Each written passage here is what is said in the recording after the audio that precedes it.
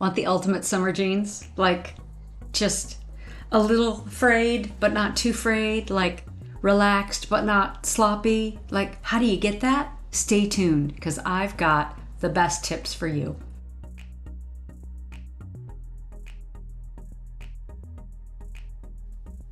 Thanks for sticking with me. I'm Liz Cleva from Closet Play Image, where we're all about bright ideas for your style and your wardrobe. And I'm a jeans girl. I'm a jeans fan. I wear them multiple days a week. They are my denim is my love language. And I get comments and questions all the time about my jeans and how do I, did I find them that way? One of my favorite ways is a little bit of fray at the bottom, not too much that it looks sloppy, but just enough that it has that kind of relaxed vibe. And so I wanted to share with you today my technique, and I've done this over and over through the years. I've been doing this to multiple pairs of jeans over time. So I just wanted to share with you how I do this so that if this is a look that you like, or maybe you want to do it for summer because it's got a little bit more of a relaxed vibe, you can do it too. Basically, all you need is a good pair of scissors. So don't just take your kitchen scissors. You want actually like a pair of sewing shears because it's got to be sharp. And you want a pair of jeans and you want your washer and dryer, and that's really all you need. I will give you a couple of tips about what you want from your jeans. You want a pair of jeans that has a twill. So turn them inside out and look and make sure they're kind of twill weaving. Now that's like a standard old-fashioned denim weave. It looks like you'll see diagonal, you can't really see it very well in the video, but there's diagonal lines to it, right? You also want something that doesn't have too much stretch, because what happens when there's a lot of stretch in the fabric is it alters how it frays. So for me, as you can see, I'm a 501 girl. I love my Levi's 501s. I buy them on repeat. I've been wearing the same style of jeans for years and I love them. Oh, God, I didn't even realize how it looks like I'm not even wearing any mascara, any eye makeup today. Oh, well, that's fine. It's a relaxed video because we're doing jeans, right? Okay, anyway, so number one, wash your jeans, wash and dry them before you start. One suggestion, and this is just a tip I have for you, if you are buying your jeans by inseam and by waist size and inseam, and you're finding that there's not enough room in the booty for you, or you'd like the waist to be higher, then instead of buying the inseam you need, because to be honest, you can always shorten a pair of jeans, even if you're not cutting them off the way I am here, you can always have a pair of jeans hemmed. Rather than buying the inseam length you need, if you want a higher rise, lengthen your inseam. So for example, I need like a 28 by 28. They don't really make them, so I buy a 28 by 30 and I still have to shorten them even if I'm not fraying them. But what I buy is I buy a 32-inch inseam because that gives me just the slightly longer rise that I like, that rides just a little bit higher. And when I tuck my shirt in the front, it's more at my waist. It creates a more feminine look to my jeans.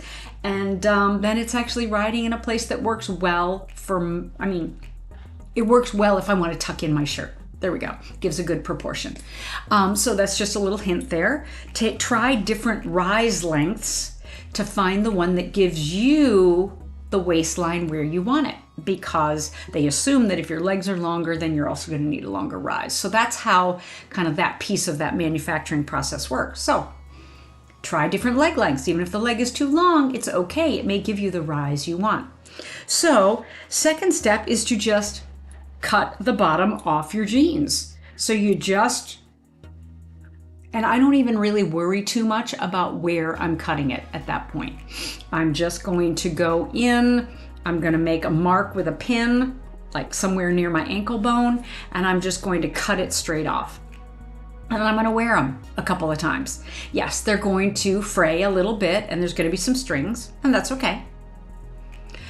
Then when I wash them, what happens is I end up with this. Now, this is messy, right? This is really kind of sloppy looking, and I shouldn't say sloppy. Some people like this kind of a fray at the bottom. They think it's really cute. For me, it's just too much. So all I do is I go and I trim that off. And I just take my scissor and I just cut close to where you can see, and it's just in clumps.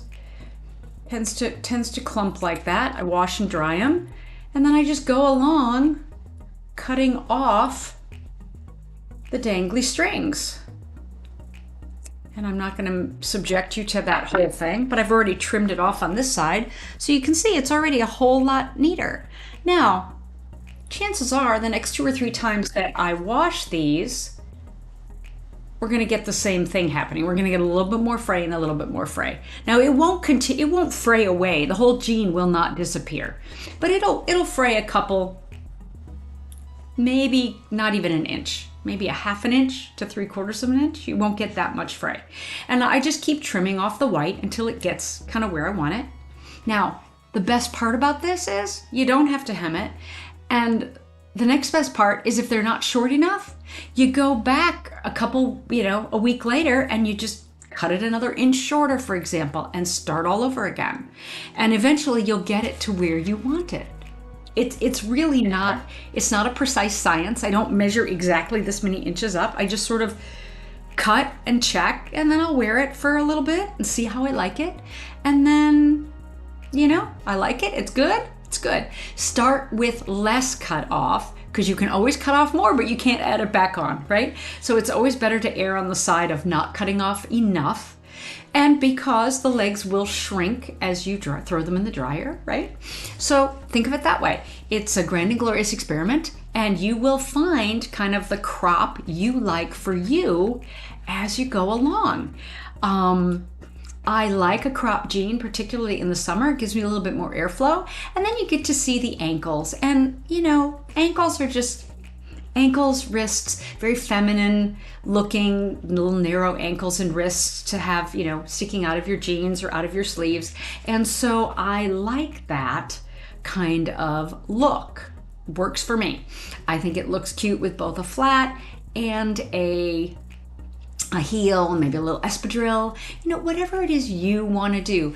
I don't love it with a tennis shoe. I gotta be straight out honest. I don't love it. I certainly don't love it with like a pair of running shoes. I might love it with a cute little pair of Keds, but it's just sort of some thoughts there. So yeah, it looks cute, and this looks cute too with the flat form sandals and everything else. So just some ideas to throw out there. So yeah, so this is my newest pair I needed to replace because these are my Sunday jeans. They are now patched within an inch of their lives, and they now have developed a hole in the knee. So I'm really only wearing them for when I'm bumming around the house. But so that was the point at which I had to order a new pair because these had sprung a leak. Not ready to get rid of them yet though. Love my jeans. So anyway, I hope you have a wonderful day. Thank you for spending some time with me today. If you got any value here, you know how this works. It's social media, like, subscribe, do all that goodness. And I'll see you again next week with more style tips, tricks. And if you can't wait till next week, there's lots of love on the blog. That's closetplay.biz, closetplay.biz, Biz Rhymes with Liz. I'm Liz Kleba. Thank you for spending some time with me today, because your time is valuable and any of it you spend with me is a gift. Bye.